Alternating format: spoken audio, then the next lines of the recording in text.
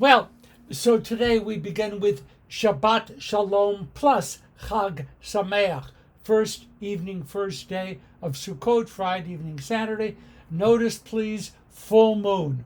Full moon. As a matter of fact, some people even believe that Sukkot originally was meant to be the total parallel to Passover and the real beginning of the new year, old history. 15th of the month. The Torah calls it a Chag, the festival, the happy time, great period of rejoicing. This is the festival where we're supposed to have a great time, Zman Simchatenu. But this Shabbat is also a time of extended worship services. Not only do we have a Torah reading and a Haftarah reading, but we are expected to read the book of Kohelet of Ecclesiastes during Saturday morning services. And therefore, those of us who attend those services have every right to expect a very large Kiddush. So how do we do this with Sukkot? Chabad published the following instructions. The festival of Sukkot, commemorating God's protection of the children of Israel during their 40-year journey through the desert, parentheses, which occurred 1313 to 1273 BCE exactly, is celebrated for 7 days, beginning with the eve of Tishrei 15, this Friday evening. During this time, we are commanded to dwell in a sukkah, a hut of temporary construction with a roof covering of raw, unfinished vegetable matter, branches, reeds, bamboo, and so forth, signifying the fragility of human habitation and our utter dependence upon God's protection and providence. Now, Chabad, how does one fulfill the mitzvah of dwelling in the sukkah? One should eat, drink, and live in the sukkah day and night, as one lives in one's house on the other days of the year. For 7 days, a person should make their home into their temporary dwelling and their sukkah into their permanent dwelling. How much must you eat that first evening? Kazayit, the size of an olive.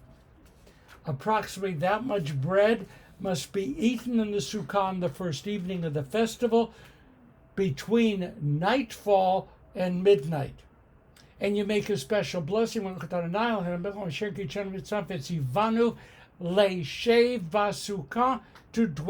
in the sukkah. For the rest of the festival, Chabad, all meals must be eaten in the sukkah. Don't eat or drink anything, Chabad, outside of the sukkah. Don't even drink a glass of water. Everything in the sukkah. We have a warning for this Friday evening and Saturday. Don't use the Lulav and the Etrog Friday evening. Shabbat, it has to be postponed. The first time we use Lulav and Etrog should be Saturday evening, the beginning of the second day. Those who only observe 1 day and not 2 days in the diaspora seem to operate with a different form of permission. The four kinds, of course, as you know, the 4 kinds are palm, myrtle, willow, etrog, Lulav and Etrog. We know. For those of you interested in the small details, Sukkot in the Torah has 7 days. But then we've added Shmini Atzeret, the 8th day of Solemn Assembly, along with Simchat Torah, the 9th day. Now, we have always treated Shmini Atzeret and Simchat Torah as the closing days of Sukkot, but they are not.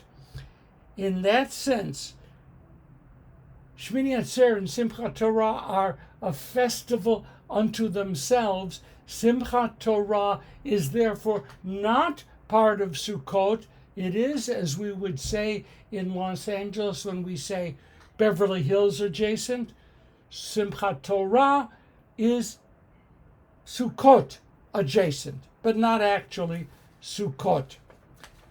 By the way, this is the only time in the Jewish calendar when one major observance begins immediately after the close of another.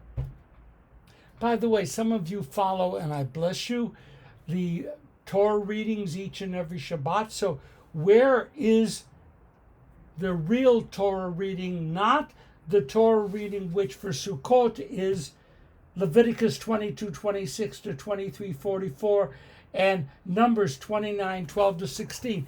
That's the Torah we read. What happens to the regular flow of the book of Deuteronomy? We study those texts during the week, but not on the Shabbat. Now, we're in a Sukkah. I know that heavy rains are due on the East Coast. How do you know if it's raining too hard to eat in the Sukkah? There is an answer. If the rain is heavy enough to ruin a dish of uncooked beans. Really? Chabad says, despite any weather interruption, we must eat in the Sukkah no matter how hard it's raining, the kazayat, the bit of bread. Hardy folks, Chabad, and they don't worry much about uncooked beans. So what's going on here? We all understand that the Sukkah is to remind us of our ancestors' temporary dwellings during the 40 years of wandering. We know that.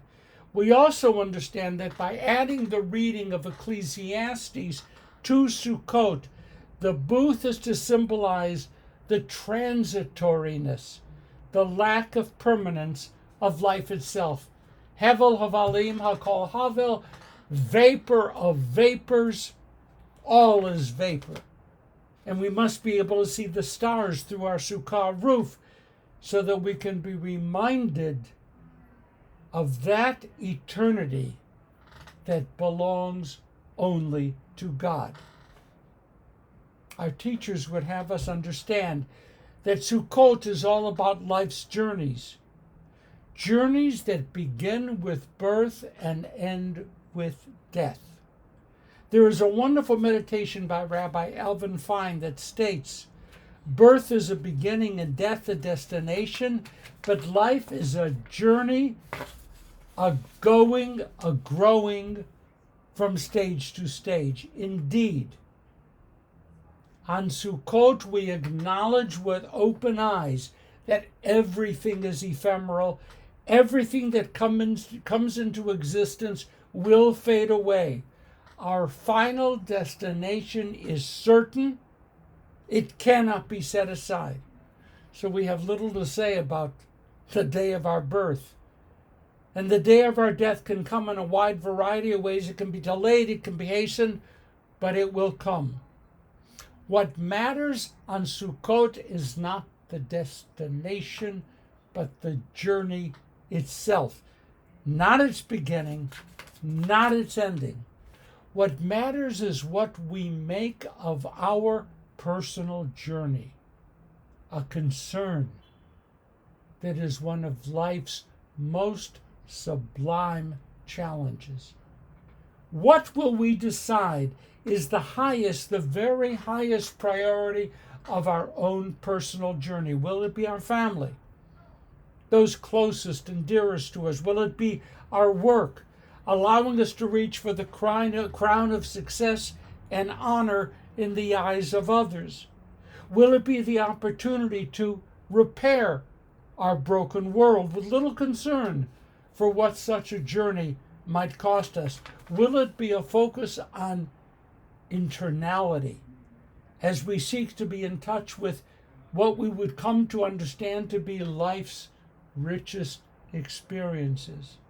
Or will it be Ecclesiastes, to eat, drink, and be merry, because the fabric of existence is so very fragile.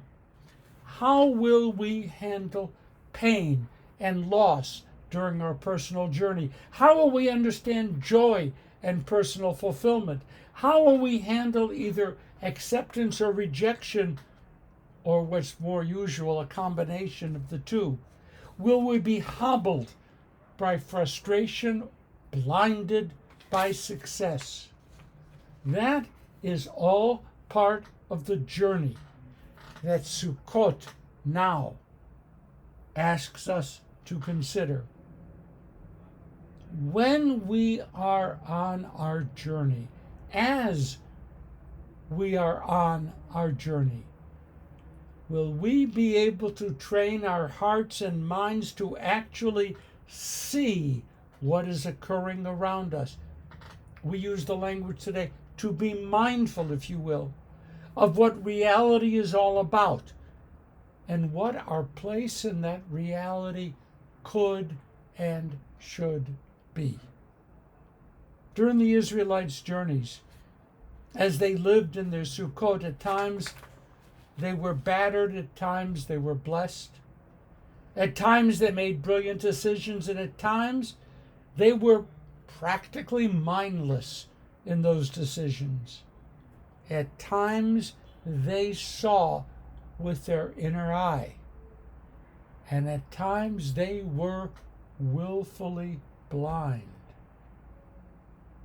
We build our Sukkot to remember the 40-year journey. And we build our own Sukkot to help us remember that for us, birth is a beginning and death a destination. But life is a journey, a going, a growing from stage to stage. May our journeys be blessed. Shabbat Shalom. Chag Samayach.